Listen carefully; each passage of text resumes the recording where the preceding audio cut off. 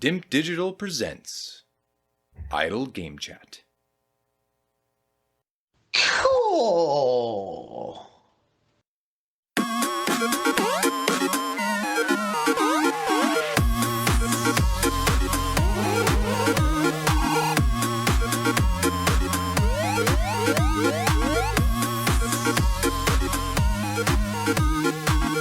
So Logan, we know the undisputed best way to start a podcast is delay news. And we have some for 2024 already. Now the way I do delay news is that if it's not in that Grand Prix team somewhere, if it's not in the Fantasy Gaming League, I don't be mentioning it. That's the backbone of the podcast now. But this is an Adkins game. S.T.A.L.K.E.R 2 has been delayed to late 2024. It slipped from the first quarter of this year to September the 5th, 2024. So it's not in your team. You haven't got to worry about it too much. But it could be a potential transfer later on down the line. But for Adkins, he's now going to have to consider that. And they did say this is the final release date. Now, why on earth would you say something so daft? Because we all know it can all go wrong, especially with these guys. These are the guys that were located in Kiev, and they've partially relocated to the Czech Republic to get away from that hellhole, but not completely. So, I don't know why you would even say that as a final release date. Just say, look, you know what's going on. It's hard. So we'll get there. We're aiming for September the 5th or the 4th. 5th? 4th? 5th. So we'll knock it on the head, but needs some polishing at least. Some of the hands-on or the eyes-on previews from Gamescom last year, 2023, did suggest looked in rough shape then. So probably a good thing. It nearly always is a good thing, providing there's not a terminal problem with the game that can't be fixed. But are you expecting to see this now on the 5th of September, or do you think we'll get another delay news sometime in the summer? Who knows? But they're obviously trying to do it to save a bit of face, knowing that it's been pushed back multiple times, I believe now. Yeah. So it's, they're going, look, won't happen again. I've been here before, and they go, I know we said we wouldn't, but extenuating circumstances, isn't it? So I don't know. We'll see. I did see this one lurking when I was putting my list together, and I was like, I can't believe this is still here. Like, is anyone really going to take the bait? And it has. Yeah, I mean, I've said that Grand Prix is difficult because you've got 60 odd games to be to going through, so you do end up with things like this. But it doesn't mean it could still come out and be pretty good. I'm somewhat interested in S.T.A.L.K.E.R 2, but obviously we'll have a lot to prove. Here's some comments. Throughout the frankly challenging development process, that's putting it lightly, we understood that time was of the team's main essence. Seeing the scope of the polishing and understanding that we can't push your patience too much. We were absolutely dedicated to releasing the game in Q1 of 2024, and we worked extra hard to meet this release window. That, however, doesn't change the fact that at the beginning of this year, we still witness the certain amount of technical imperfections that hold S.T.A.L.K.E.R 2 below the expected standards of the final experience our fans are waiting for. While there is absolutely no way to make another delay sound less dim, we decided to be clear about our reasons to postpone the game for the sake of yet another wave of polishing. S.T.A.L.K.E.R 2 will be released on Xbox Series X, S, PC, and will be available on Game Pass day one. We'll see if it's day one, because Phil might go, well, day 5. 30 quid if you want day one. And then shrugs his shoulders and walks away from it. But at least they've got ahead of it, because they could have just pushed this down the fucking road till March and then gone, ain't coming this month. And we'd have all gone, we're aware of that, because you've not heard anything from you. But sympathise with their situation. Tricky time at the best of times, and even those with all the advantages of game development still drop absolute clangers. So, you just kind of hope this will end up being a good news story in the end, but unfortunately, we're not here to hand out charities. They will be raked over the coals if it comes out on its toilet. That's just the way of the world. And you'll happily do it as well. You'll do it with a smile. No mercy. No mercy. No mercy in this podcast. Look, I think there's mitigating circumstances, but as you say, like ultimately the challenge for any company is to release a good product, and some people can and some people can't for a variety of reasons. But you know, we're not going to sit here and endorse something just because it's in a difficult environment. Cool. Bitten them. Well, I haven't bitten them, but just laid out the reality of it, and they're probably sitting there going, "Well, we've got to try and get it out, John." Well, they're probably not called John, are they? They're probably called Yuri or something. I don't know, but they're in a tricky spot. Andrei Shevchenko. Andrei, yeah, those sort What of are the names. boxers? Vladimir and Can't say Vitaly. that. Banned now in Ukraine. Well, no, Vladimir. Was it? What was he say? What are their names? Those brothers, Pichkos, Vladimir and Putin. Vladimir and Vitaly. That's it, Vitaly. Yeah. Shevchenko. Who else is lurking from Ukraine? Sergey. Yeah. But that's that, isn't it, for them? Stalker 2, 5th of September. We think day one Game Pass, but Phil let us know in due time. I think he'll only do that with Xbox or Microsoft exclusives. Do you think? I would imagine so. Because I mean, the thing about this one is the rumor. I don't know if this is 100% confirmed, but it's strongly implied that this is only for 3 months on Xbox, quote unquote, exclusively, and then it will come to other platforms. Which it ain't going to come to the Switch. I'm going to warn you that now, not off the bat. But you can expect a PS5 version to come sometime around Christmas if this release date is stuck to. So it's one of those short-term sort of Game Pass deals that they did. And I'm sure Phil's sitting there thinking this was supposed to be out a few years ago, but he ain't going to come out and crap all over it because... Bad PR, isn't it? Well, you can't be doing those bad optics, can you? That's the worst thing. Phil could sink the entire company, but as long as the optics look good, he won't care. And that's the reality for him. Anyway, friend of the show. He's friend of the show, but he knows why he's the friend. It's because he's the optic man. He hasn't been the delivery man, is he? That's been Jim. He's not the Death Stranding of video game leaders yet. Although 2024 just might be their year. Could be Spurs' year. No. Well, I heard him saying we're still part of that title race. So, I mean, that's just fucking lip service, isn't it? And he drew to Eric and went, well, can't be doing that. You can't be losing at this level. I mean, City are getting relegated anyway by the looks of it, so that'll be them out of the way. Yeah, what is that? When are they going to get stung, though? Is it by this season ends, or is it after the season? They said a date's been announced. I don't be listening to it. A date's been announced, but they're not announcing it. A date's been confirmed, but they're not announcing it. So City know what the date is. Whoever's investigating, but the public don't know. Correct, exactly. And if you think that ain't going to be leaked at some point, it fucking absolutely will be. Because if I was a sports journalist, I'd be doing my damnedest to get that fucking date and get it out there. Fucking shambles these days, isn't it? Apparently, it's like a real bad, like, literal cover up of fraud and like you name it. Like it's literally like as bad as it gets. Pep's sitting there going, don't matter to him, does it? He's got the Champions League now. They should take it all away, in my view, if it does all come out. But well, this is the thing. Like they'll get relegated, and they might do what they did to Juve, which is fucking strip them all. What was that? Was that match fixing from Juve? Yeah, I think so. Yeah.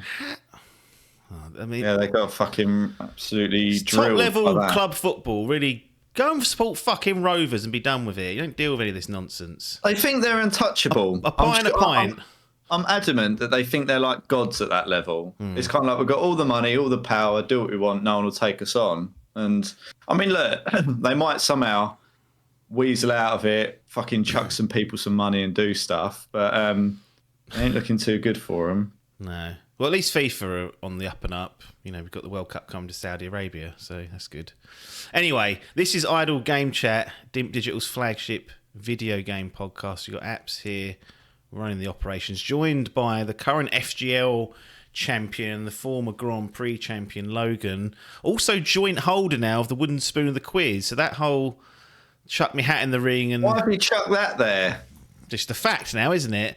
They don't go Juventus champions, one-time relegation due to match fixing. They should. Should all be out in the open for people. No more cover-ups. Just saying that gamble to try and get the Triple Crown backfired somewhat. It was never, ever an intent, or there was never a chance that I'd be winning that. It wasn't the Triple Crown. But sure, the worst timeline has come to fruition, though, where you've ended up... Well, actually, the worst timeline would have been to get less than Biff. Yeah. But you drew level with him and managed to equal that diabolical performance, which is about 5 years old, that record. And you'd been on before and got over it before. They're harder these days. I don't know about that. They are fucking hard. Like, you've really got to have your finger on the pulse. I gave all sorts of streamer ones. You got a couple of streamer ones. I did get a couple, but I'm saying they're generally hard. Like, they didn't used to be.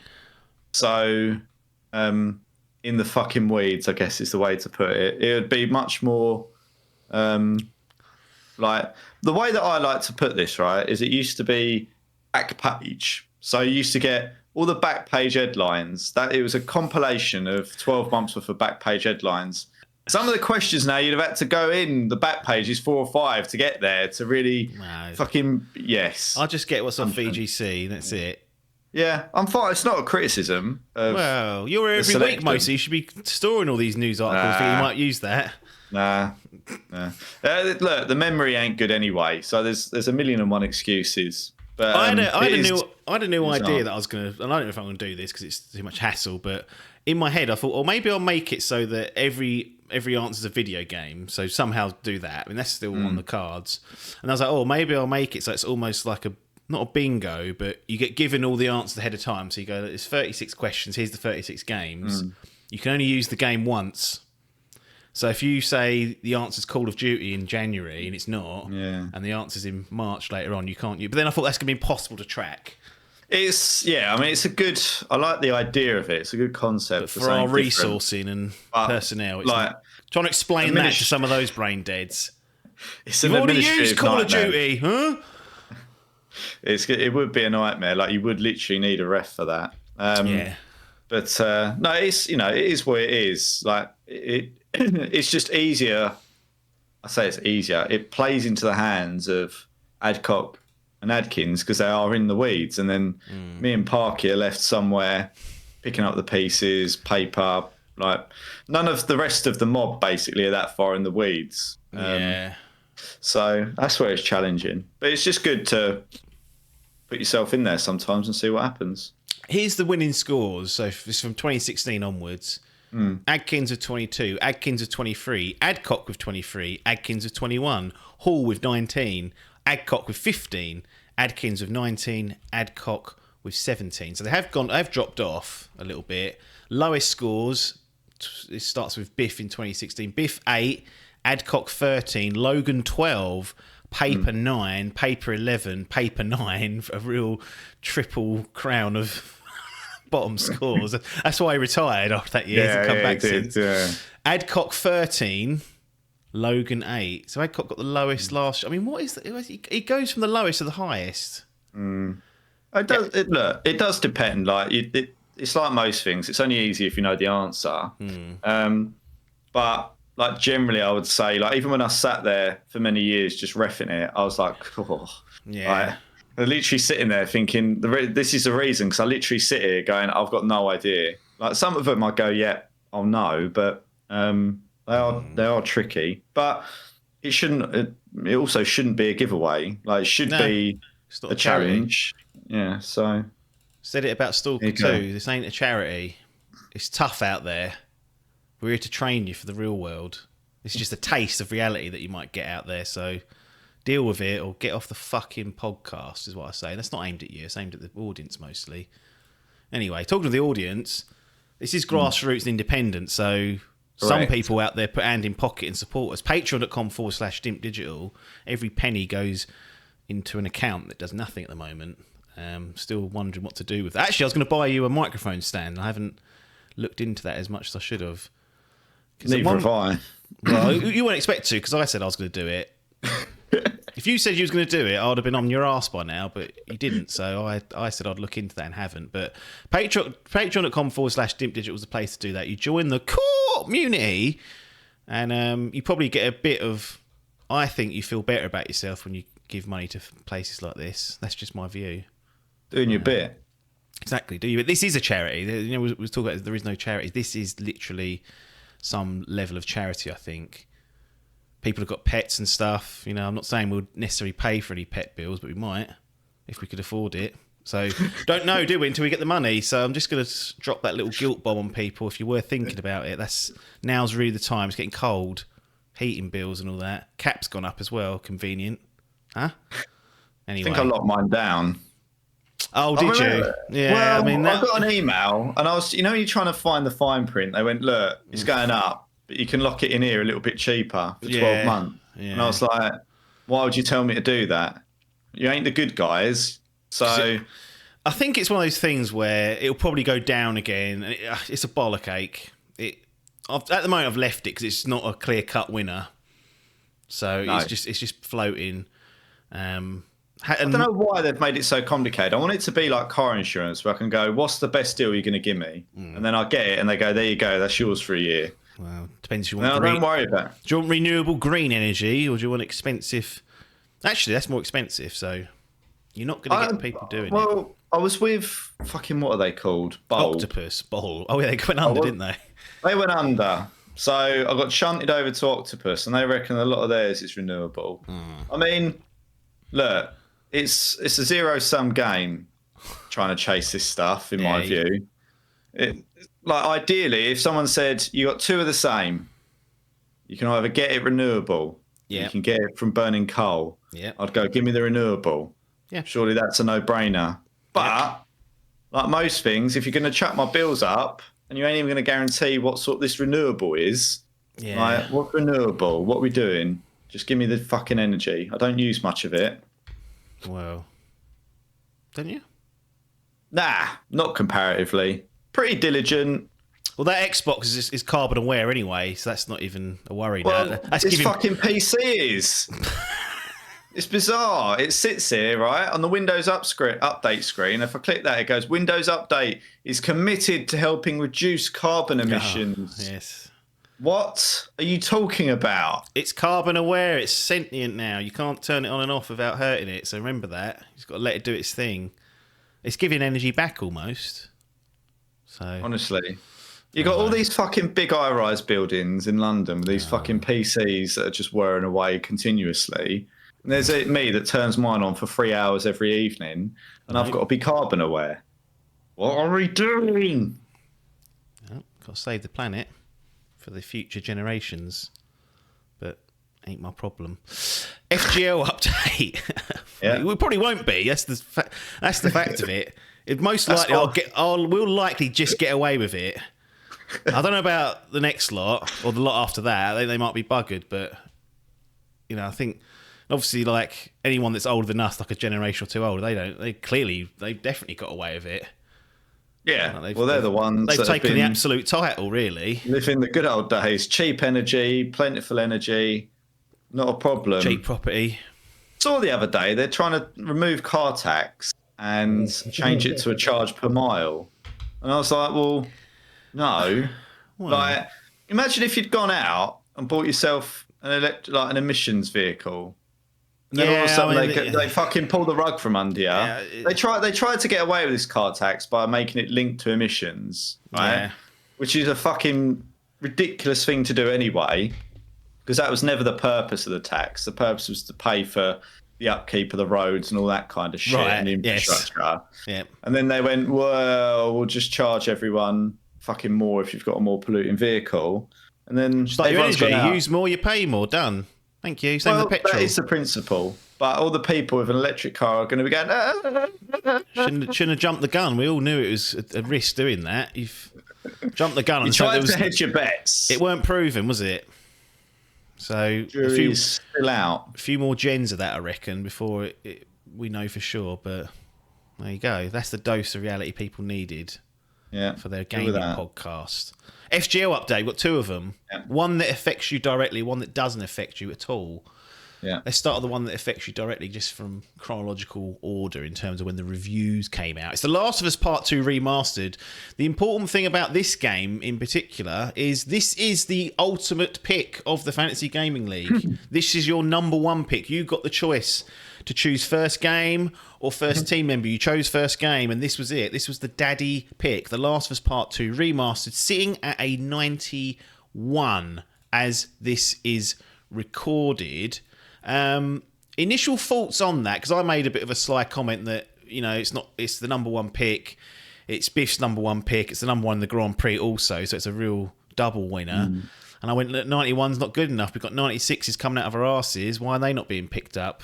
But I was obviously on the wind up there. But overall, is that a bit soft? Is that about where you expected it? I think the idea of getting 96s every year is a fool's errand, but I think generally that's not going to happen. But talk to me about this Last of Us Part 2 score.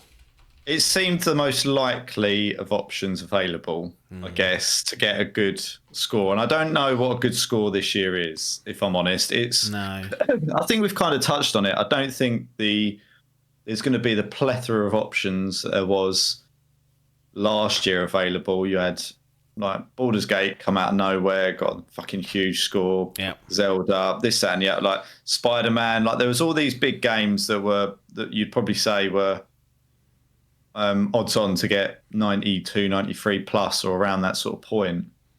This year, it felt like there wasn't, at least to my eyes, there was less obvious options available. So, look, Last of Us tends to do well.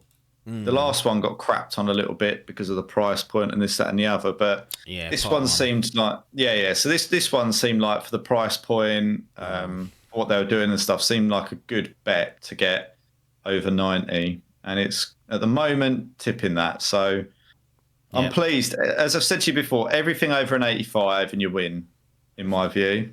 That's the average you want to be working to. So this is way above that. So pleased with it. Yeah, it's interesting. The original, which was June 2020, got a 93 overall. And then this remaster, which clearly technically a better version, has added features, brand new like roguelike mode in there as well. On a 91. I think you do lose a bit when you just repeat there's something about the game coming out. You're never going to get that that uptick that people even if it is objectively a better package, let's be frank, I think it's fair to say this is better than the PS4 version. The fact that the PS4 version exists kind of always eats out of it. So 91's pretty good. Let's take a look at some of the reviews. We don't know if we like Game Central or not from Metro, but they've put that AI to work again because it's just Metro Game Central, no human name attached to it. ChatGPT doing it. Still one of the greatest. That will be honestly, someone's going to get caught out in one of these review sites using that. It won't be long before that's uncovered, because why wouldn't you? If you were in that situation, you could save yourself some time. Anyway, still one of the greatest achievements in video game storytelling. And while the changes are minor, the new roguelike mode and cut levels are interesting and worthwhile additions. 9 out of 10, which mirrors their 9 out of 10 for the Last of Us Part 2. I think if you've given it a 9 before, you don't give this a 10 suddenly. That doesn't make sense to me. Unless the new content is just mind-blowing, which it's not. Yeah. So he's dropped the lovely 9 out of 10. Dare I go to Chris White at God is Geek? I know we've taken the piss out of him because he seems to review a game every day. I'll just do it. I feel... Come on, Chris. The Last of Us Part 2 Remastered is a dense collection of content that fleshes out the main story with a roguelite that is a lot of fun. So he's called that a roguelite, not a roguelike. 10 out of 10.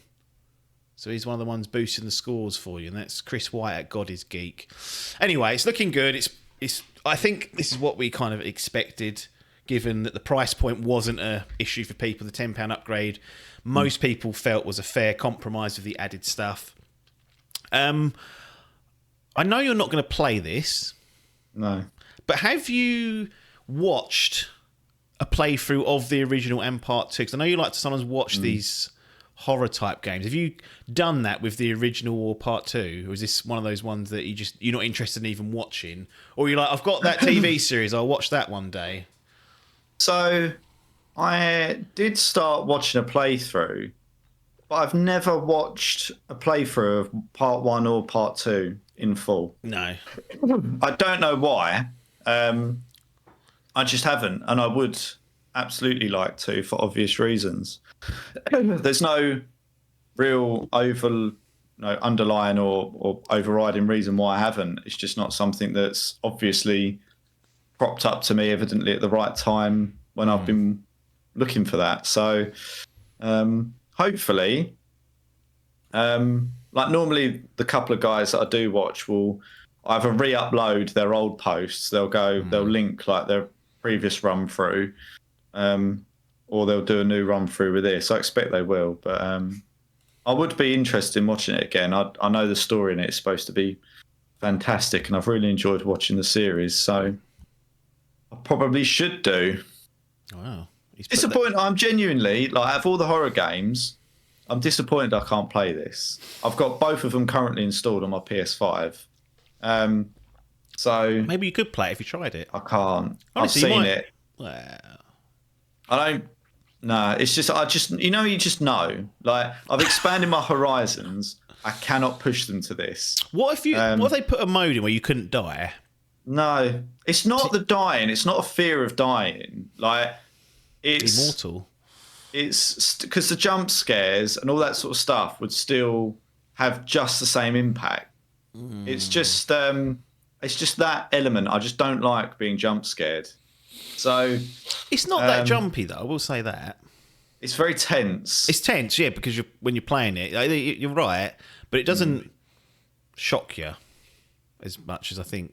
It's not an out and out sort of horror experience. It's more of it sort of edges the line between action and horror quite well. And that you said the tenseness is there because you're scrambling of bullets and whatnot. That's where the panic comes in. But they're not really, you know, you're walking around and something just fucking jumps out and grabs you. I mean, it might do a couple of times, but over the course of 12, 15 hours of the first one, for example, that's not a bad return. I mean, you know, maybe if I could play it with like unlimited whatever I want and just walk through it. But I think I'd lose like so much from it that it'd be pointless. So you may as well just watch it at that point, almost. This is what I mean, because you're just going through it and you're actually losing something from it because you're not playing the game as it, like, you're losing that kind of scavenging element and you know, thinking about what you need to use, how many bullets you should use, all that kind of stuff. If you shoot off a shotgun, you're going to fucking alert loads of others. Like, you just lose so much from the gameplay that it'd be pointless. So it's a shame, but you can't win everything in this life. So it is what it is. I think I will. Again, I'll get to this at some point. This part 2 remaster. Did you do the part 1 remaster in the end, or did you left that, didn't you? Yeah, I didn't, because I was like, I'm not paying £70 UK for that remake, as they called it, and it was only a technical remake. I was like, I'm fine with at some point paying something towards that, but off the bat, I was like, I'm just not going to do it. And as much as and I've played it, I've played that game 3 times already, so it's not like I've, you know, I'm always surprised myself when I replay something how much I remember. You know, I sort of get halfway through, I'm like, I thought this was going to be fresh again. It never is.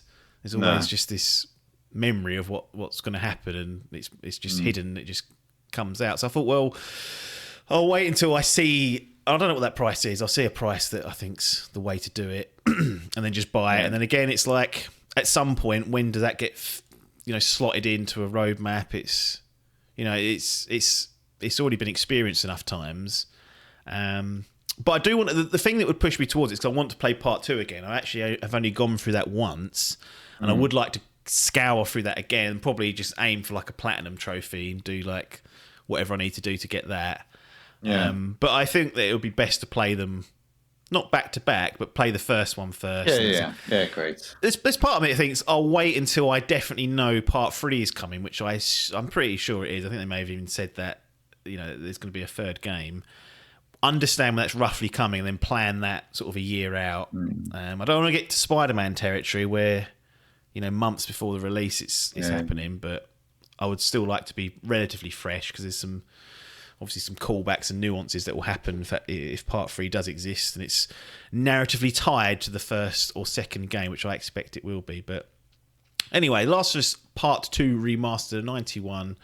For those that want it, you can get it as a £10 upgrade if you own the PS4 version. If not, I think it's 50 quid, I think. So I'll try and confirm that at some point later on, but there we go. Second game on the FGL list, Another Code, Recollection. This is Biff's Grand Prix team.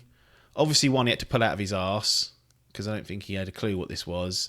Number 9 on his roster, so that's how far down it is. Sitting on a 74.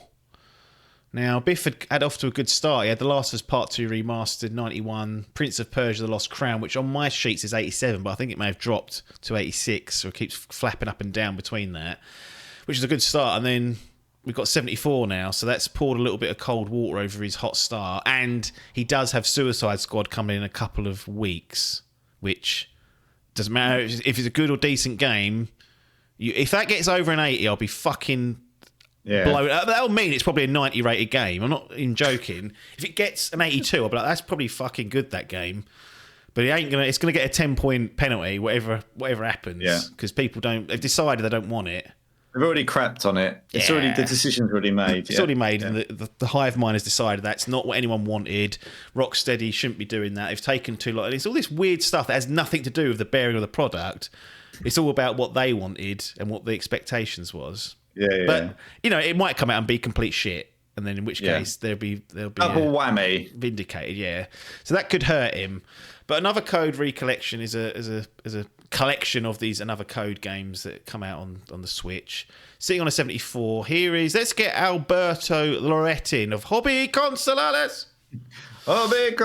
We need a jingle for that. Yes, although probably get told off for doing that at some point in the future because of the accent.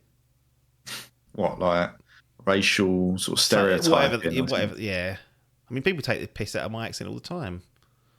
And I'm always doing a Scottish accent, just naturally. So if that gets taken away, I don't know what I'll do. Yeah, I'll be fucked. That's a shit one. Without being a perfect compilation, Another Code Recollection brings up to date 2 memorable adventures that fans of the genre, in the strict sense of the word, will like. Those in which exploration and puzzles are the protagonists, although at times almost seems like a visual novel. So I think people know what they're getting into when they look at this game. I want to try some of these visual novels because they do lurk and they seem like a really low, like they're not taxing. Yeah, like just sort of play them. You don't have to worry about being good at anything. You just kind of observe things. The story flows. Blah blah blah. Anyway, Alberto gave it an 80 out of 100. Okay, so that's above the medium. Let's find one that's sort of close to below. Let's keep it European. Francesco Distri from IGN Italy. As a remake operation, that of Another Code Recollection is perfectly successful, especially for the new visuals of 2 memories, while as a graphic adventure, the 2 games suffer a bit from the weight of years. I mean, that's not been translated very well at all. Basically saying the games are old and they're still old is what I've observed from that. 7 out of 10 from Francesco, so he's not as positive. I know the answer to this. You're not going to go out and boot up your Switch to play Another Code Recollection, are you? Absolutely not. No. And neither am I, unfortunately. If I'm going to BGC gave this a 5 out of 5 stars. Oh, they gave it a 4. It. Was it? Did I miss fucking read that? Well, I think so. Because when I saw it, I was like, cool. What have they done here? Yeah, I mean, if they did give it it's not for me to judge. I'm not laid hands on the game, but that would be. Oh, I was 4. Yeah, 4 is 5. There you go. It's still 8 out of 10. 8 out of 10 is it's. Well, those stars are their claims, not the same. Just like these platinums aren't 10s, huh? Not getting into that. Last of Us Part 2 Remastered is $44.99, so 45 UK pounds if you want to get it fresh. So if you've not played it, pretty good bargain, I would say. Not bad. No. Anyway, the FGL. I mean, I can update, but you're the one with scores, and Parky. Sorry, Parky. Paper has got 0. You've got 178 after 2 games, an 89 average. Hot start again, just like last year.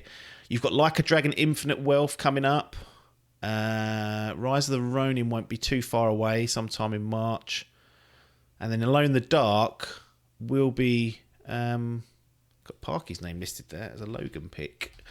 Will be lurking at some point. Just trying to look at Papers one. Final Fantasy Rebirth, or 7 Rebirth, and Tekken 8, and Persona 3. So it's gonna start to heat up a little bit in the next few weeks. So yeah, keep an eye on that. I'm assuming from your perspective you're relatively happy with that. 2 games out and an 89 average is, above that 85 window. So above target. Yeah. I mean, look, I think there's going to be a few that appear that are going to be sub the target. Ain't no do about that. Yeah. So I think it's good that we've got, look, I think Last of Us at the minute is a couple of points under where ideally I'd have liked it, but anything over, you get a 9 out of 10, you've got to be happy to a certain extent. And that Assassin's Creed has done better than I thought as well. So Prince of Persia, although that's where Assassin's Creed Yeah. That is where it kind of the idea came from, many say, that Prince of Persia is like the original effort. Assassin's Creed. Yeah. So I think that's hit a little bit higher than I thought as well. So overall, in a reasonable position, but we'll have to see. I think a couple of my more speculative picks could put a bit of a downer on things. So a good start. I'll take it. Points on the board are always welcome. Yeah, absolutely. And Biff, as I said, he's got 3 games out. No one else has got any out, so he's got a 252-point lead, which is somewhat meaningless at this stage because until we start getting people with 2 or 3 games out, it's hard to gauge. But I would say it's a pretty decent start. 84 average, 1 point below what you would say is the required average. But for the Grand Prix, that's probably pretty good because, as we said, it's a tough old grind out there. But yeah, that's the FGL update for this particular edition. This is kind of related to the FGL, which is why I wanted to mention it. But Hellblade 2, which is on your team and also on Adkins' Grand Prix roster, has got a release date. So Xbox did a Xbox Developers Direct, 48 minutes of drivel coming out. I mean, I'll tell you one thing about that. It was 48 minutes, which is fine. And we saw 4 games, okay? The amount of garbage that came out of Gobs as they were talking about the game, like, no one talks like that. I know. It really... And look, I don't mind... if you watch like just a mini, like if they were just separate videos that came out over the course of the next month, it wouldn't have bothered me. But when you sit there for 48 minutes and it's just one after the other of just trash, just meaningless marketing shite that's been completely contrived, it really bothered me. So I had to just almost mute it at the end. I was like, I can't stand these fuckers. Yeah. No one talks like that. I know.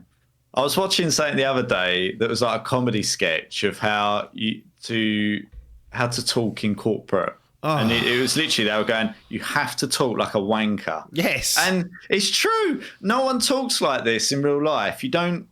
Whenever you're conversing with someone outside of work or the corporate world, you don't talk like that. So I don't know why this is like seeping. It's like getting worse in a lot of ways. Marketing, isn't it? Someone in the marketing area has gone, look, you have to use these words. You can't say that word. Here's a new... They get the thesaurus out and go, right, here's a bit. Or they use fucking Google or Word or whatever. That'll do the job for you these days.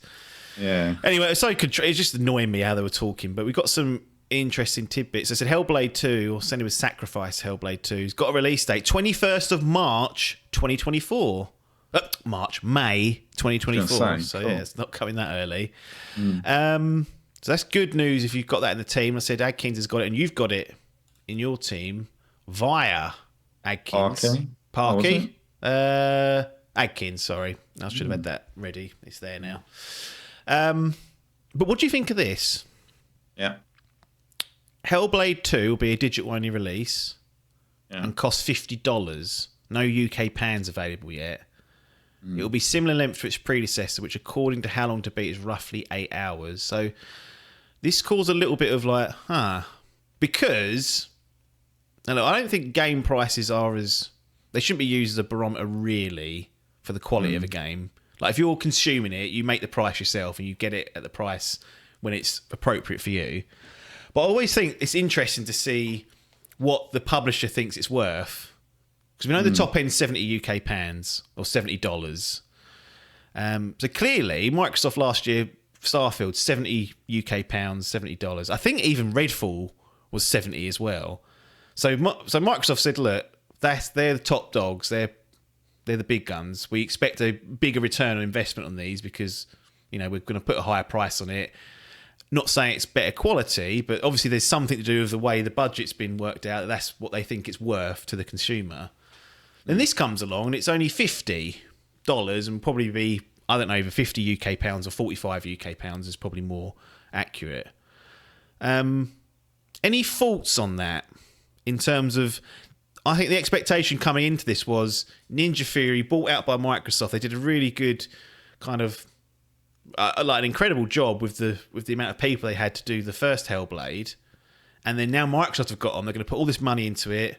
They're going to build this out to a, perhaps a longer experience that you could charge, you could realistically charge 70 UK pounds for, and it's popped in at 50. Are they already setting the bar, saying don't get carried away on this, because we know that if we charge 70 for it, people would come for us? Possibly. I don't. But yeah, I guess they have done. Either by length, substance, whatever it is, they've priced it. Because they thought they could get away with it, they would. This is the thing I keep telling people. That's the maximum. They will always go for the maximum. And maybe it's just maybe they just thought we don't really think it's going to sell much because we've got Game Pass, therefore doesn't matter. But I do find that interesting because Sony just don't. I mean, I say Sony don't do that. They're about to release Helldivers, which will be on a budget, games that serves multiplayer only, but their single player stuff is like it's £70 for better or for worse. Yeah. And they just say it, and people go, "All right, we'll buy it or we won't." Whereas obviously Xbox is doing things a lot differently. They do have Pentiment, which was less than that. It was like a smaller type game. So I don't know. I think the thing that got me was people were saying this could be Ninja Theory could be Xbox's version of Naughty Dog. And I thought, well, you won't catch Naughty Dog dead releasing 50 UK pound titles, unfortunately. So it can't be. I get what they were saying, because the graphical fidelity on this game looks pretty good. But I guess what the angle I wanted to go at was, is that a concern for you, of it being your team at all, that there's bets being edged? Because that's a rung down from what you could charge for a game, and they've made a conscious decision to do that based on, factors that we don't know about. Maybe it is just goodwill. Maybe Phil is just being a good guy again. There ain't any goodwill. Good egg, in this Phil. life. Friend of the show, saying, look, have it cheaper if you want to buy it. But there's two ways of looking at this. Yeah. One, chuffed it, and we'll get fucking absolutely drilled if we charge maximum price for this. Yep. And that's a glass half empty view. Yep. Then you've got the glass half full, which is, look, we don't feel like it's going to resonate that well, and we think we can get extra revenue by putting it a rung lower. Yep. We've had success with other games in pricing them accordingly, so let's continue that process. Look, I think ideally, to get the top scores, you usually are looking for them. You're either looking for two ends of the spectrum, right? The unsung indie game that's under 30 quid, or the top dog AAA.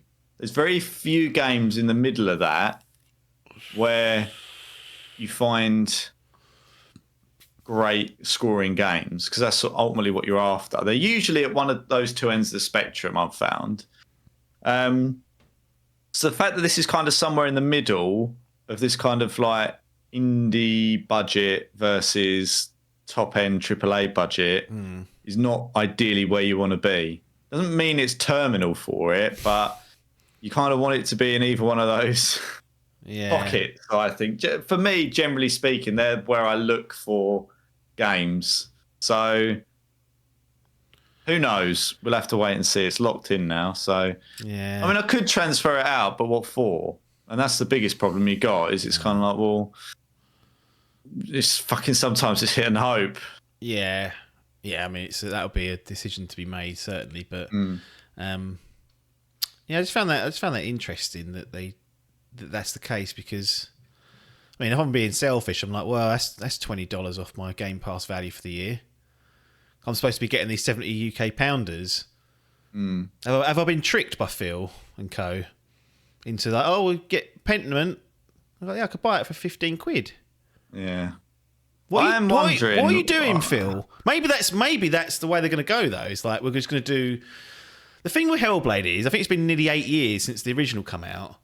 If this was like 2-year cycle, everyone would be like, oh, yeah, of course. You know, but it felt like the time that they've spent on it, again, these are outside factors that actually don't matter about the game. But this is unfortunately, what people get in their heads. I mean, well, it's been in development for 7 years. What have they been doing to make an 8-hour game? You're like, well, what does that matter for one thing? But it does to people. It annoys them. If something takes fucking 10 years, they're like, well, I expect 10 years worth of developments. Digital only, which I wasn't surprised at. I think we saw that with Alan Wake. In fact, Alan Wake 2 was on that middle ground, 50 odd UK. It might have been 60. I can't remember what they did now, but they cut the price because of the digital only release. I would expect this to get a physical one a year down the line. If Xbox has got any brains, they will do that. Especially if it does well. Maybe they're hedging their bets. They're like, if this does turt, either critically or commercially, there's no point in us bothering with that physical lark. So if it does really well, why not just cash in again for a second bite of the cherry? Yeah, I don't really know. I mean, it could be a good move. It could turn out to be indicative of the quality of the game. I don't know is the simple answer. I hope it's a good move. It's a dangerous game equating price to quality of game, because we've had so many 70 UK pounders that are trash. Like, they're not worth that. And I think more than anything, I think it's just the length of the game. I think they've looked at what a player could get out of that and gone, we will get criticised, even though it's on Game Pass, if it is 8 hours. And that's what they said. It's roughly the same as its predecessor. And How Long to Beat has that 8 hours for everything. So, I mean, personally, I don't mind. I would welcome more shorter games. And maybe I don't mind them. Maybe it's a short, high-quality game, which maybe it's a bite-sized Naughty Dog game. There's nothing wrong with that. The strength of the Naughty Dog games isn't the length of them. It's the quality. No. So that's ultimately what matters. This could be a real, not a shift, but a bit of a marker in the sand to say, look, we can do this at these budgets and you don't have to pay as much for them. Now, it did take us 7 years. So how much did that really cost to make? We'll never know. But interesting. I like the look of what I've seen, but I'm still burnt by how god-awful the puzzles were in that original. Some of the all-time dog shit puzzles. All-time. Garbage. So if they sorted that out, I'll be happy. That's it. That's the minimum. That's all they've got to get over, is that bar. And I'll sit along for the ride for 8 hours. Yeah. They did say as well that the game, they want you to feel the struggle of S.T.A.L.K.E.R, and they want you to feel like you just scrape through every battle by the skin of your teeth. I'm like, don't make this stupidly hard because you've got this idea that the gamer needs to experience the struggle. Because S.T.A.L.K.E.R, as far as I know, won't die in this. So why am I dying 8 times to get over the checkpoint? That's not her struggle. So I hope they balance it right. And it concerns me when they say it with a smile on their face. I was like, what are you doing? This ain't Souls. I don't want Souls. Really bothered him, that has. Why are they... I don't know. Maybe, again, this is part of the garbage that was coming out of their mouth. So it may have just been strung together in that way. But I just picked up on that and I was like, don't be silly with the difficulty. Because what they did with the original as well... They basically lied about a key mechanic of the game. That's all I'll say. There's a key mechanic of the game which is a total lie, and it's there to scare you as the player. And it's been tested, and it's a load of nonsense. And that's all. I'll leave it at that. But yeah. Anyway, that's Hellblade 2. It's coming May 21st, 2024. They showed off Avowed. They showed off, which is on... Who's that on? I think Adkins has got that. No, that's a Salmon game. That's got a fall of 2024 release date, so no actual confirmed date. Indiana Jones just said 2024, so we don't know about that. And then RR History Untold, which is a strategy game, got, again, fall of 2024. So by my recollection, Phil's not got anything coming out until May, which doesn't suggest every 3 months we're going to be getting a game. Because on average... Oh, don't say it. If you can't commit to every 3 months, don't. Why do they say things like it annoys me? Why do you say that? I know why he said it. It's literally that fucking gift that we share each other all the time from fucking The Office where you go, they won't remember. Well, I'll remember. I know. Ronnie will remember that. He doesn't count on Ronnie's, though. No. He said it in December as well. Doubled down every 3 months. And I was like, well, Forza came out in October. I was like, you ain't left a lot of room to do that. Unless they've got a surprise up their sleeve, in which case I'll be quiet. But that concerns me that he's lying again. He's got caught again. That's what I don't want, Phil getting caught out. I know why he reiterated it in December as well. Around that time, people are doing their end of year reviews. And they're also, let's have a little look forward to 2024. Yeah. And if he can get the lie of the message that every 3 months there'll be an Xbox game, when they come to the Xbox subject, they'll just parrot that as fact. Yeah. And then they'll forget about it. Like you said, they won't remember. Yeah. And they don't. I mean, on average, if they get 4 games out this year, they would have hit that. Yeah. But it's compressed, is what I'm saying. Yeah, you're right. Yeah, they're not stringing them out. They're not planning it so that they get constant content out. Which, if you were running the subscription service at a brutal level, you would want to do that. Because you could string people on and go, right, you play Avowed for 2.5 months, well, maybe not for 8 hours, but you give them something this month, and then in 2 months you have another thing. Like, you try and string the content out, but it looks like at the end of the year they're going to just drop 3 games, perhaps in the space of 4 or 5 months. So it must be tricky though, like to but don't say the nonsense. I know, yeah. Why not just word it in a way to go, look, like we're trying to balance the release calendar in a way that it gives you a constant stream of games. So hopefully the ideal is that you have 4 games a year minimum, spread out, one every 3 months. That's what we're aiming for. But there might be times when that doesn't allow, and therefore, we'll try and you might get 2 in one quarter, and that's just the way it'll go. But on average, we'll get you the games that you need to make it value for you. I just wouldn't put a number in. Like I said, I'll just say, here's what we're aiming to do. You got to. Otherwise, people fucking cancel it and renew it, wouldn't they? Then you got Ronnie saying you said 4 every 3 months. It ain't happened. Yeah, but Ronnie's 1 in 500. True. Probably more than 1 in 1,000 people are like that. Like, this isn't, like, people aren't sitting there. They should be. Literally in their fucking brain going, like, I'm going to hold you to that. It doesn't. That's not how Ronnie works. It's when Phil says something, it just gets stored, and then when it's like a timer, it goes off. And it goes, what's happened there? I know, but people don't have these timers. I barely remember to set my fucking alarm for work.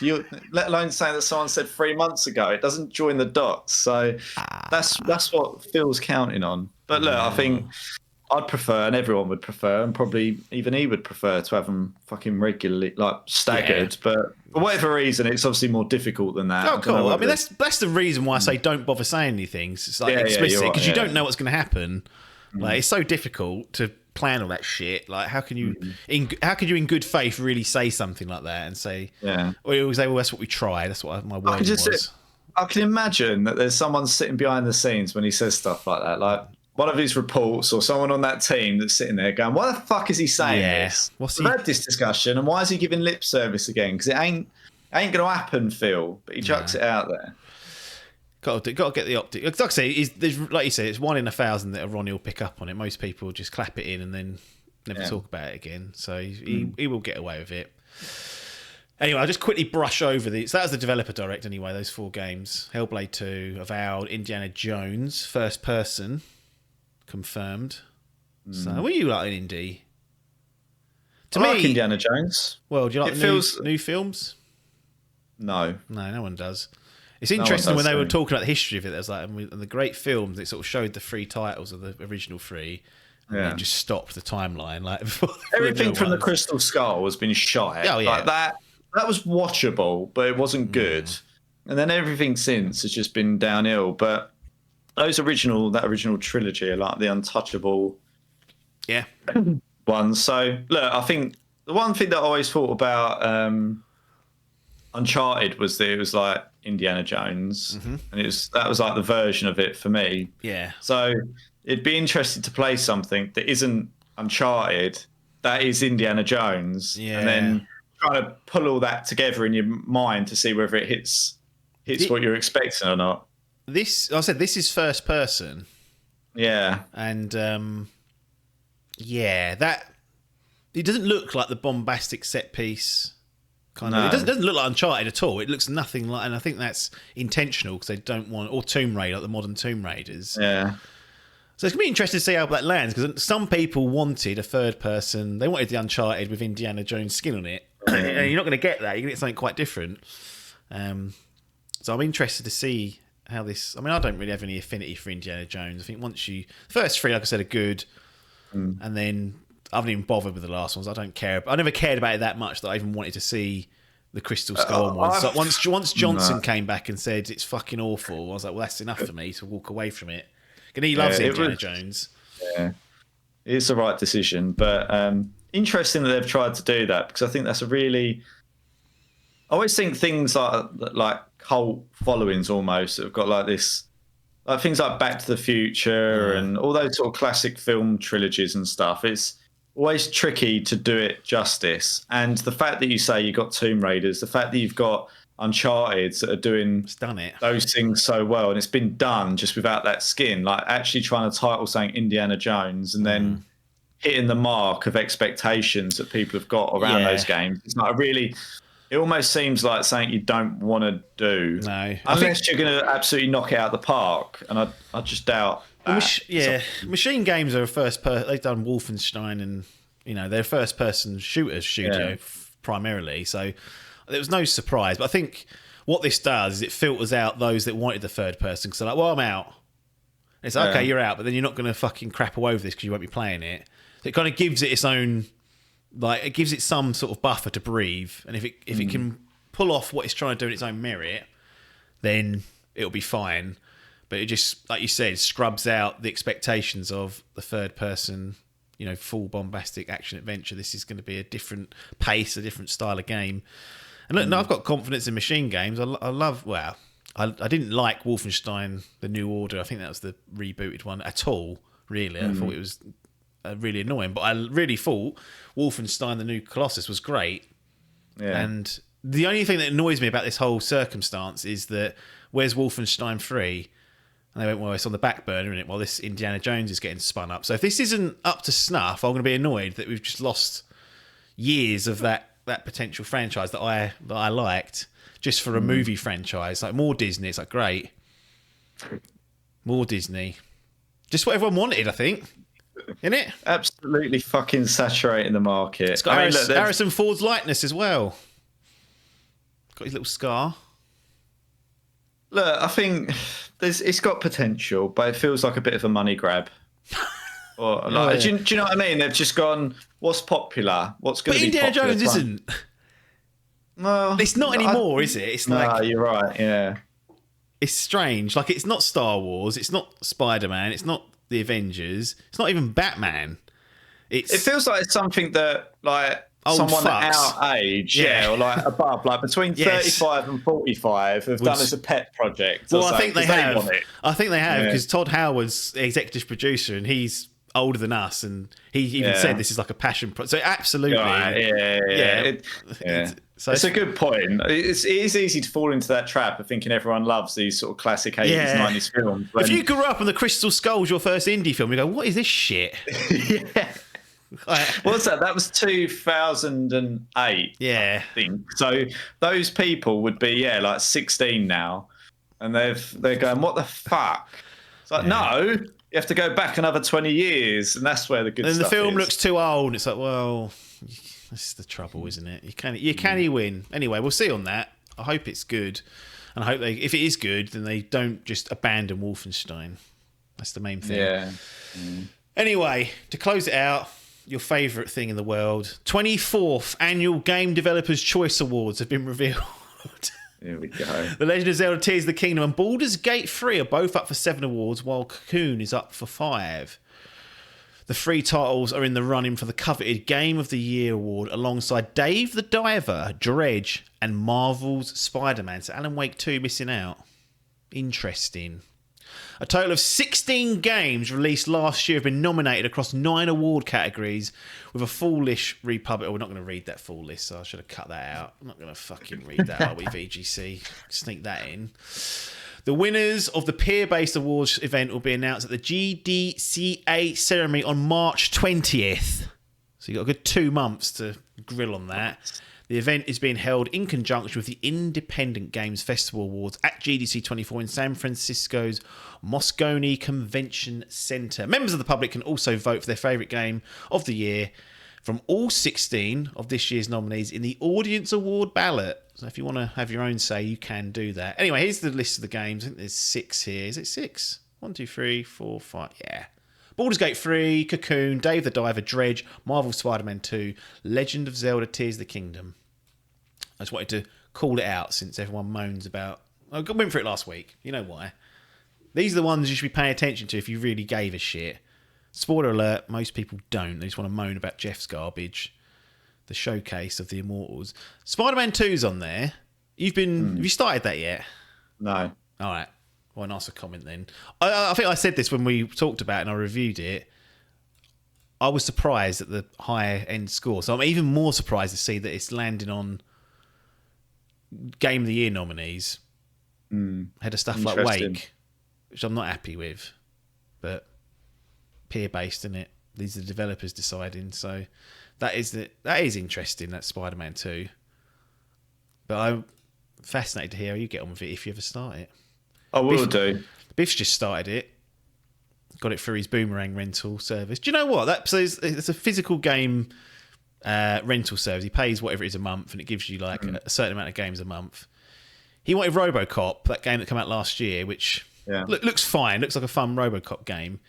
It was easier for him to get Spider-Man 2 over RoboCop. RoboCop out of stock, Spider-Man 2 in stock. And I was like, that's not what I'd have expected had you asked me which of these games you'd get on that service. So interesting. The unsung hero. It's definitely up on the menu. I'm just trying to plot out when I'm gonna actually sit there and... You're turning to me. You're spending more time plotting things out and less time actually picking up the controller and getting on with it. Yeah. Once I start it, I want to play it through, so I don't have to stop it and do stuff. So it is gonna get played. I'm hoping to start it this month. Put it that way. Okay. So it's imminent. Also, we'll need to give that game back to Adkins because I borrowed it. So he's got the platinum anyway. He's got no reason to even have that anymore, other than he wants it in his little collection. Yeah, so. But the thing is, if I sit on it for 4 months, you'll be like, right. And then I'll be under pressure. There's no late fees at this library, I'd say. They weren't drawn out in the terms and conditions. Keep it as long as you want.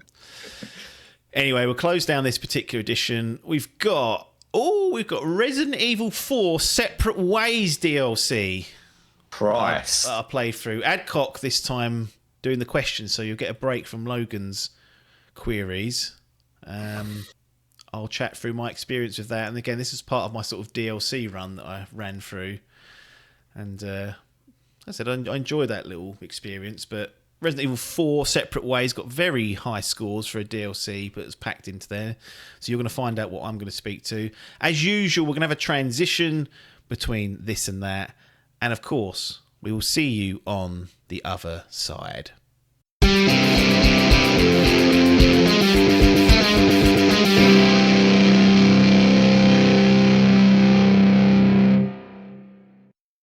Here we are then, back with some game impressions to close out this edition of Idle Game Chat. Got myself Apps and Pac-Man himself, Tom Adcock, here to talk... Well, hello. Well, we've already said hello once already. This is the thing, sort of exposing the business. We've already sort of done one of these, so I was trying to skip over it. And you being the professional, tried to sort of make it out as though it was a new meeting, although video viewers will see no change in clothes, or more importantly, no change in my facial hair. Stayed exactly the same, because that will change week to week. But there we go. I've just blown it for everyone. Resident Evil 4 Separate Ways. I'm here to talk about this. You haven't played it, and this, I think, is where your physical trading sort of get it, play it, trade it unravels, because what has been seen in the critical eye, excellent DLC has come down the pipe for Resident Evil 4, probably one of your favourite games of 2023, and now you sat there thinking, well, how am I going to play this? Now, I do have a suggestion for you. You can borrow it off probably Adkins. I think he's still got the disc. He doesn't trade his stuff, so It would mean buying the DLC and then. Oh no, I'll get onto him for that. He's already let me, Callisto. So that shop's open, and he's done it once. So I feel like I think he's got it. I'm pretty sure he bought it, never played it. So it's sort of like one of those. He hasn't played base game yet. No.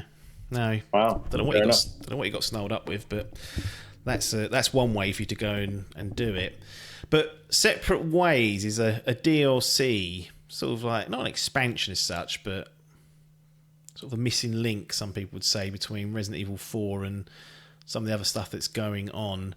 I will say from the outset, and this is just I'm getting annoyed with these DLCs. This isn't as egregious as Resident Evil Village, where they basically released the game, went, bloody hell, we can't believe people wanted to play that so much. We'll start making DLC now, and then like the Winter's expansion was like 12 months later, and I was like, well, sorry, but we're kind of done now, aren't we? I still haven't gone back and played that. I want to, but what I'm saying is that this is not as bad because this came out a few months after, maybe 6 months or so since it came out. But it's still like, I don't really want to go back into the game that soon. Yet the longer I leave it, the less familiar I'm going to be and the harder it's going to be to get into the groove of things. And even though I jumped in quite soon after it came out, maybe a week or 10 days after, as soon as I booted up the game, I was like, I can't remember what I'm doing. I had to play this, like, really struggled. Like, just instantly under pressure. One, like, boss battle, I emptied literally every last... And this never happens. You know how careful I am with my ammo? Yeah. Emptied every last fucking bullet I had, and it was the last sort of stand that got the thing down. And I was like, this is why I'm not liking these sort of DLC packs when they come so late after the game. Horizon did it as well, Burning Shores, but Burning Shores and Horizon is a much more tranquil game. It's an open world game. You sort of explore at your own time. These horror-based games, you're just under the cosh constantly, and when you're not sharp to how the game works. So hang on, so what's your answer here? What do you want? Well, no DLC. Well, no DLC, or just it's there day and date. Well, this is the thing. This is now a controversial opinion because back in the day, games used to do this all the time. They'd be like, "Here's the base game, and then here's this story expansion," and it was released like the week after. And people were like, "Oh, you're carving up the game," and I was like, "Yeah, you bastards, you're carving up the game." But now I'm like, "No, give it to me straight away. I can roll straight into it," or I'll wait till a complete edition comes along and then you play it back to back. But you're almost better off doing that these days. Anyway, I had to have a little rant for that because it's something that's starting to annoy me slightly. But I don't know how you feel about that, like jumping back in. It's been so long because it's been so long since I've played an expansion. Unless it's like a game like Last of Us remake, where it's included in and you're like, perfect. Yeah. Let's go through the main game and I'll do the 2-hour expansion at the end. It's perfect. I've got no problem with it. This is the first time where I've been stung where this is one I definitely want to play and I can't, so that's frustrating. But I kind of like the idea of it. If the game's successful and, you get that little bite size, I don't know how long this is. I guess that'd be interesting to know. I'm guessing like 4 or 5 hours. I kind of like that. I think it's a good thing, especially like this where it's from a different character. I don't know anything about this. I've not seen a trailer or anything, so I don't know if she plays significantly different to Leon. I guess we'll get into that, but I'm a fan. Wow. I'm up for this. Different opinions, different needs for that particular one. No, it's interesting that you said you haven't played it because I had assumed that you had done back in the day. And you sent me, when I told you I was playing this, I think you said, this was like a PS2 exclusive. And then you was instantly like, I don't know if that's true or not. And obviously I was like sitting there going, rolling my eyes thinking, well, fucking, he don't know what he's talking about. And I looked into it and it was. Because one thing I didn't think of, what didn't we have back in the GameCube PS2 era? There was no storefronts. There was no digital download of shit. It was either on the disc or it weren't there at all. And this came well after the original release on GameCube.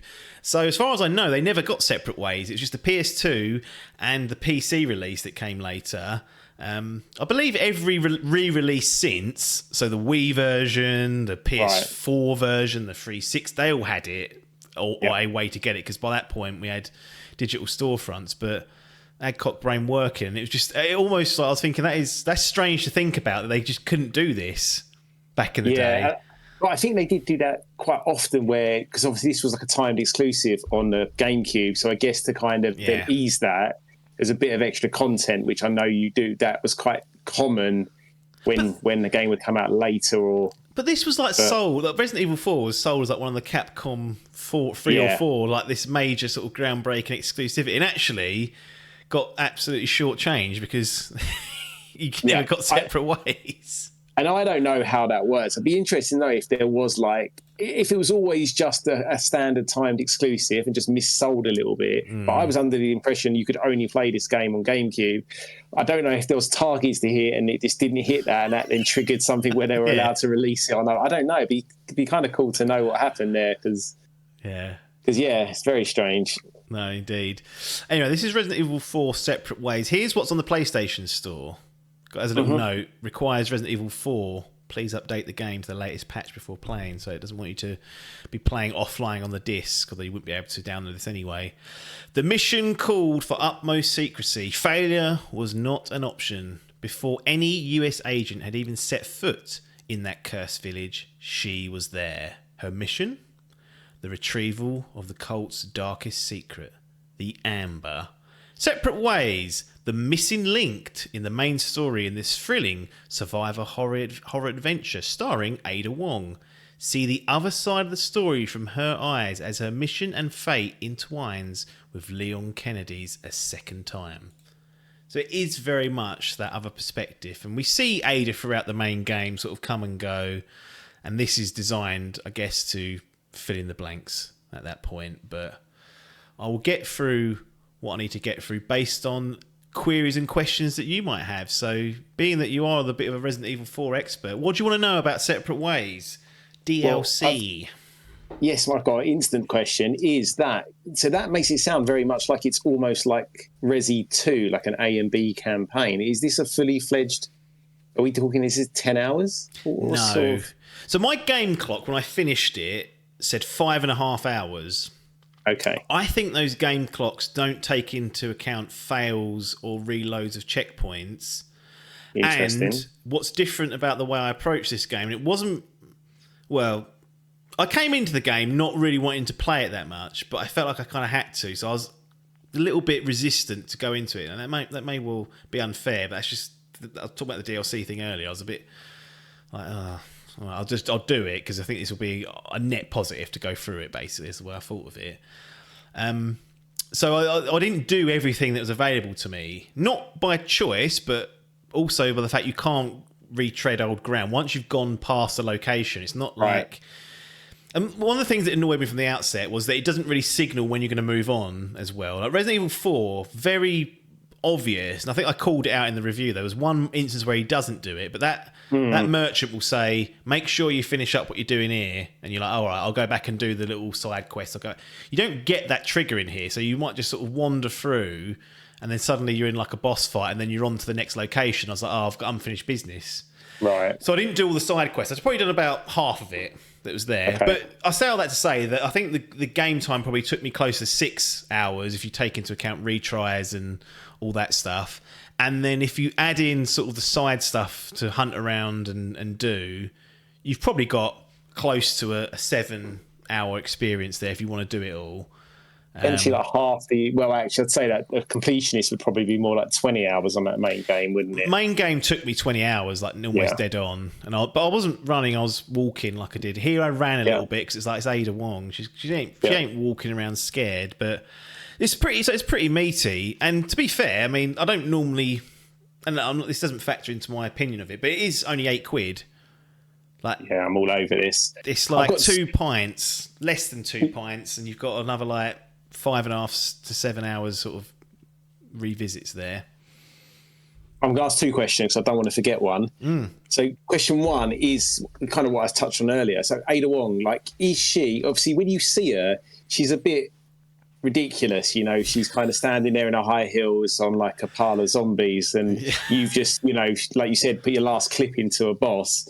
She looks like she's strutting around Debenhams buying makeup and all, you know what I mean? Like making it all look very easy. So is she overpowered? Does she control like Leon? Does she have anything extra in her arsenal? And does that mean gameplay's different? That's question one, which I know there's a bit to unpack there. Yep. Question two, the Ronnie brain. I'm thinking, like, how does this work? Because obviously, when you play with Leon, there'll be bits where you're clearing out entire areas, and I'm guessing she ain't walking through there with loads of dead zombies knocking around and empty rooms. So, is she playing it in roughly the same order you are, or is she off just doing all kinds of different things? So I'll do the second one first. Yeah. Yes is the short answer, but you're playing sort of segments of the map, and what you said's right. Actually, if you look at the context of this, I don't think it makes a lot of sense, because Leon would have gone. Ronnie did go through when I was playing as Leon. You've gone through and cleared out of this stuff, and suddenly there's like new enemies there, and you're like, not sure here. So that is a small inconvenience. It's a contrivance that I'm willing to accept, because otherwise you'd be walking through like just fire and brimstone, nothing for you to do. So, but they do take you to sort of areas that you can't access because you've got this grappling hook that allows you to go up higher. So you do get to see the same sort of locations, but from different perspectives that are a little bit more linear, but would make sense that there's enemies and things to be getting on with there. So that it's kind of like that. I think it's a net positive because it's not too much of an annoyance, and it's actually.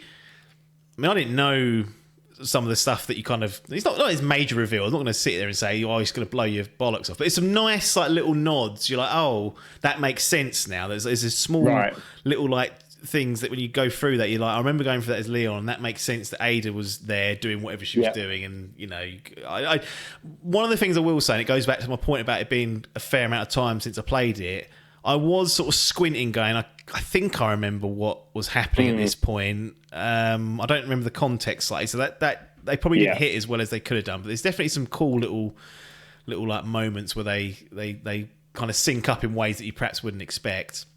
Yeah. As for Wong herself, this is probably my biggest criticism of it. She does just feel like Leon, and you don't feel any more powerful. Now, she has got a new skill. You've got the grappling hook, so there are areas that are basically purpose-built where you can use the grappling hook to go up on the roof, then go, you know, above, over enemies and go out the other side. You haven't got to engage with them. So you can do that, but it's not really used in combat as much as I would like. I was thinking, like, swarms of enemies, like, get me up on buildings, like, several times. Like, maybe one or two times where it becomes an option, but it's not actually leaned on. It's more just you traversing from A to B, which is fine, but not really useful. What is useful in combat is now when you stun enemies, so if you hit them with like your pistol a few times, they'll go stun. A little like icon will appear.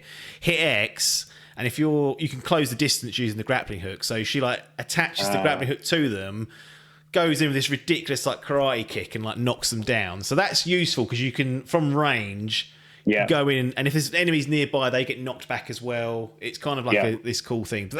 But that's really the only thing that she's got that Leon hasn't. There's a few, maybe like one or two different weapons that you get, but walks like Leon, same sort of like run cadence, doesn't feel agile other than when you're pressing R1 to use the context only sort of grappling hook to go up somewhere.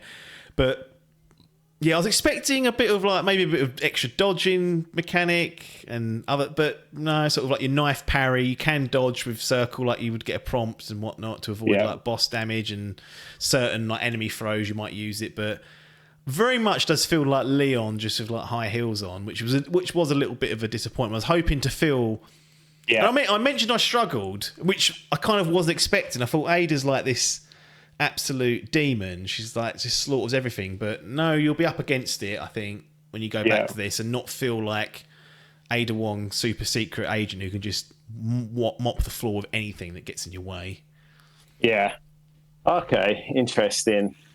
And so, like you said, it's not like you're not getting a lot of choice when to use this grappling hook. It's like context. They would let you know when that's clearly what you need. Right. Okay. You basically get a little like indicator that says R1. You hit R1 and it'll go up there. When you get close to it, it'll have a distance, so it'll be like 2 meters. Once you get to 0 meters, that's when it pops up for you to use. And yeah, I mean, there's actual like not necessarily whole stages, but sections of chapters where you are literally going through what you can see on the map is a corridor, but you're zipping, up and above. And it's is what it is at the end of the day. Okay.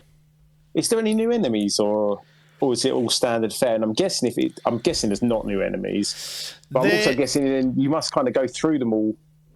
Like, because obviously they're constantly introducing new ones in the main game, but at a nice pace. I'm guessing that's kind of condensed here. Yeah, it ramps up quickly, and you sort of fighting like much harder enemies earlier, and I was like, I'm not ready for this. I didn't feel like I was ready, but you got through it. In terms of like the stock enemies are all, from what I could tell, pretty much the same. There may have been like one, but not enough for me to remember. There are like obviously new bosses that you perhaps won't have experienced in the main game, so that's kind of like, I guess, their work on a new enemy. And you start off with the pistol and the machine gun, the submachine gun, but Leon gets both those sort of options anyway. It felt like the weapons were generally very much the same as well. So enemy variety is varied, because as we know through Resident Evil 4, they do sort of ramp up and change and whatnot. But you've played through the main game, you've probably played through like 88-99% of what you're going to encounter. So nothing really new there, I would say. Well, it's worthwhile calling out. And then it's a bit of an off-piece one, kind of. I mean, I don't really play DLC. £8, that seems like a bargain for 6 or 7 hours play. How does this compare well then to like Horizon, to other DLC that you've played? Yeah, well, as in bang for buck. If I'm looking at the easiest analog is that Callisto Protocol Final Transmission. Why is that game purchased? Well, that's the question. I liked it. Sort of see the job through. But anyway, that's £11.50. Yeah. And it's 3 hours. So if people want to play the game of like hours equals time, there's clearly a discrepancy there. So, and from like an A studio, definitely not a AAA studio. So Capcom, that's it. People reaping the rewards. They want to put prices up. This is what I mean. They were complaining the other week saying, "Oh, games aren't expensive enough." I'm like, "You're charging £8 for this. You could have charged at least 12. You're doing it to yourselves. It's fine, because I'm not going to tell them to raise their prices, but they keep bloody moaning. It's like you're just easy wins. You're not taking, because this was, like I said, it is. I think it's described as like a mini game, like originally when it came out, and it doesn't quite get that. I don't think 5.5 to 6 hours is quite enough, but it's not far off. Yeah. But it is recycled environments. There are some parts of it where you're running around the exact same corridors and loops that you've done before. Yeah. But, that's kind of what I was expecting going in. And it's a truncated version of the story, and you get to see kind of Ada's perspective, which is the main pull for people. It feels a lot more linear. Like, it's very much that openness of going around and peeling like the onion isn't really there in this one. You kind of go from A to B to C, and then you're out. You don't really return to A to unlock D and E. That doesn't tend to happen. It's kind of like get through it and get done. But it's I don't tend to factor in price, because I think you can wait to make things as cheap as you want. But as an initial sort of ask out the gate, it's pretty good. Like, I think Burning Shores was £16, and that's about 8 to 12 hours if you do the side content, new location and whatnot. But I think it's like for £8. When I first saw it on the store, that's how I put it. I was like, wow, that feels cheap. I was expecting to pay more than that. I've got one other question, actually, which I don't know if you're going to answer, because I know you hate any even hint of a spoiler, which I don't think this is. But obviously in the main game, having that companion Ashley with you is a huge part of that. And I think we said in our chat that, like, I think both of us didn't realise just how early she comes in and how long she's around for. So is there a companion in portions of this? And then is the game better or worse because of that? No companion to be concerned about. So no damsel in distress, or Yeah, I don't know who else. Sense, I guess, for the story. She's a Lone Ranger. She's not going to get snarled up in that. Like, it's not really it's not an escort mission, is it? This one. She's in there to do business and get that Amber out. And Wesker might have got in trouble. Might need to sort him out. I mean, he can't be trusted. We know that. But in this continuity, we've got no context for who he is, because we haven't got Resident Evil 1. It's very true. So I don't know what they're doing there, Capcom. Get on that. I've been telling them for years. Get that first one remade. But yeah, no way. I don't think it makes it better or worse. I think trying to shoehorn that in would have just been, A, I don't think story-wise it would have made sense, and B, you get your feel of Ashley and like having someone around. And from memory, she's not very useful. She's a distraction and actually a hindrance because she can get carried away.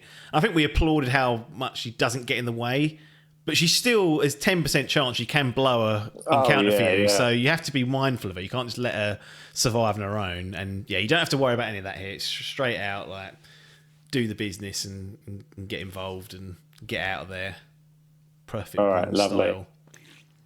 I don't think I have a great deal. I don't think I've got anything else. I mean, I'm definitely keen to play it regardless of where you land on this, purely that if I can get the game off Adkins, and £8 is nothing.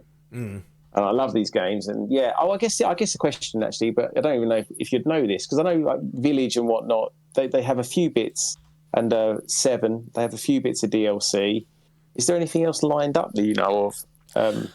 I don't think so. Before remake. No, I mean, there's some mercenary stuff I think you might get with this, which I didn't partake in. It's just not. Yeah, I've never touched that. My bag. But I don't think so. And I think the reason for that is just, I think they're aware that touching Resident Evil 4 in the first place was always going to be an uphill task, and they kind of nailed it. Then they've done Separate Ways, which was part of the canon. They kind of had to do that. I think people wanted to see that other side of the story that had come later. They've done that, and critically it's not crapped the bed. So again, they've got away with what could have been another disaster. If you start coming in and saying, right, now let's do Louis's chapter, or is it Louis? I can't remember that fella's name that's running around with you in Resident Evil. Yeah. I think people will be like, hang on a minute, that's too much. I'm not interested. So I think that this will be it, I would imagine, and we'll move on to whatever they've got planned next. It could be Resident Evil 5 remake. It could be Resident Evil 1. It could be they might stop here and say you've got 5 and 6, be done with it. But seems like easy wins are on the table for them to sort of rectify the two black sheep of the series that weren't as critically or commercially they did fine actually, but critically and fan loved. Are they 5 and 6? Kind of went off the boil there.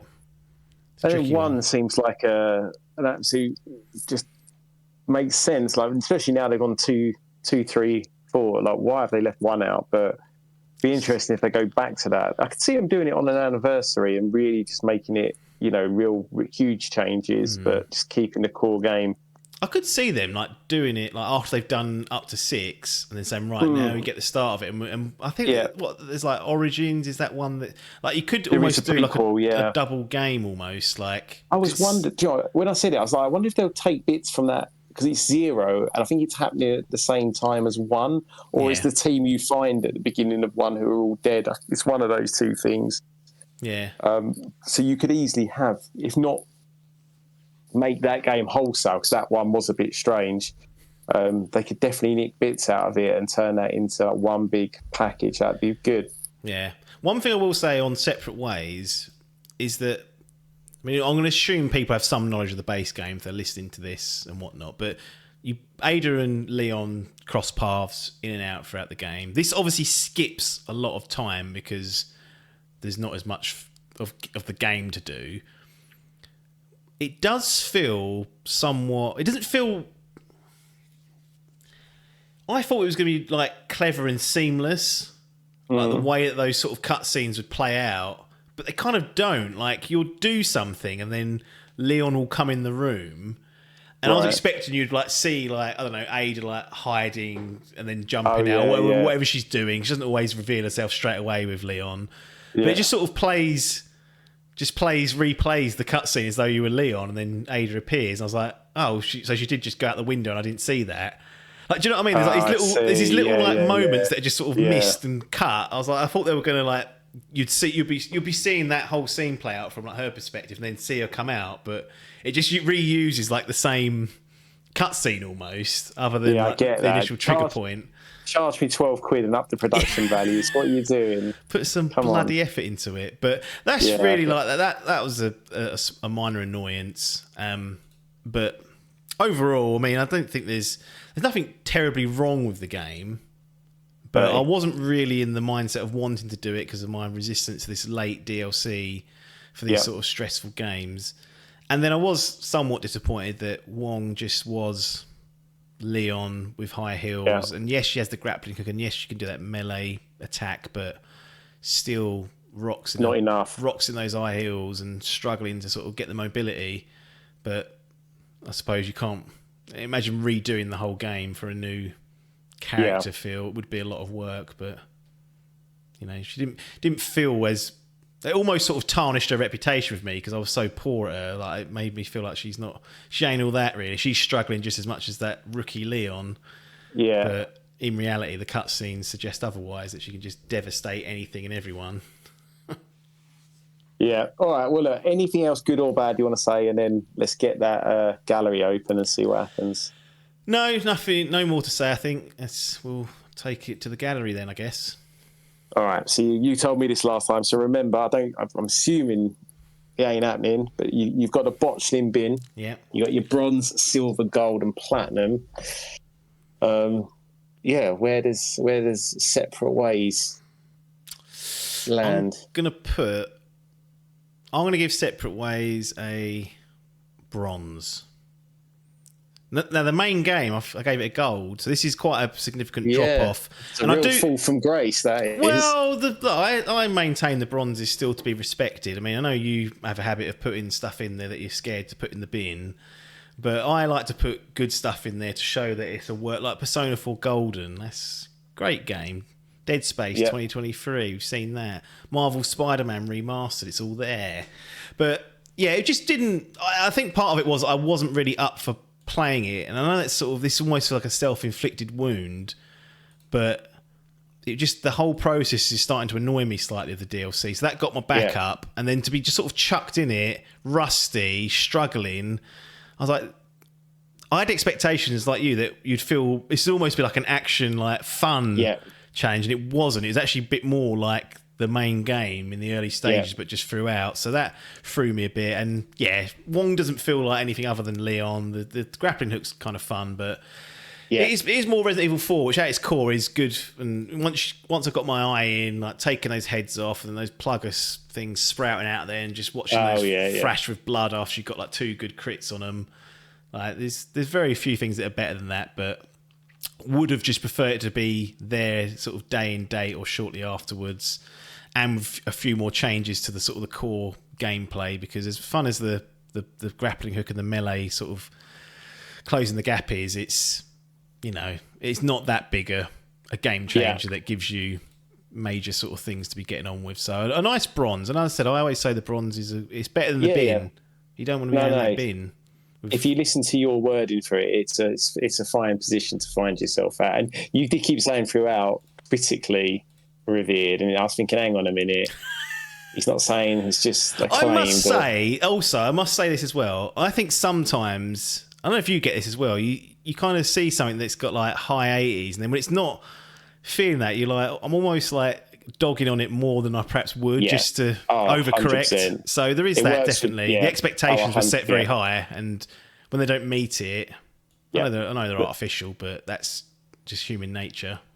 My enjoyment for like films, especially since I've just stopped following any hype. I even try to avoid trailers for the most part. If I know it's directed by somebody or has an actor and I like it, I'll go and see it. And it's just going in with no expectations just makes a world of difference. I think like with Dead Space we spoke about recently, that massively, I was expecting so much. And because it wasn't what I expected, which is ridiculous because, my experience isn't going to be the same as anyone else's. I was then, probably overly correcting the other way. And, not a good way to go in. Why with films and not games does that happen? For I know some people do just completely unplug for games. They just stay out of it and just sort of watch it from afar. But I suppose that Fantasy Gaming League doesn't help, but because you're always seeing every score. Yeah, I think games, one, it's probably it's a higher cost. It's a higher time cost, especially, investing, maximum Lord of the Rings fare, 3.5 hours versus potentially. Yeah, I've just got through 2 of those in for this DLC. Yeah. Well, we appear to have lost Adcock right at the death there, which is a shame for him. But I'll close out the rest of the podcast. Separate Ways, Resident Evil 4 DLC. Some call it an expansion, some call it a mini-game. I don't know what to call it, but it earns itself a bronze and goes into the gaming gallery for me. Nothing more for us to say other than thanks for your time and ta-da.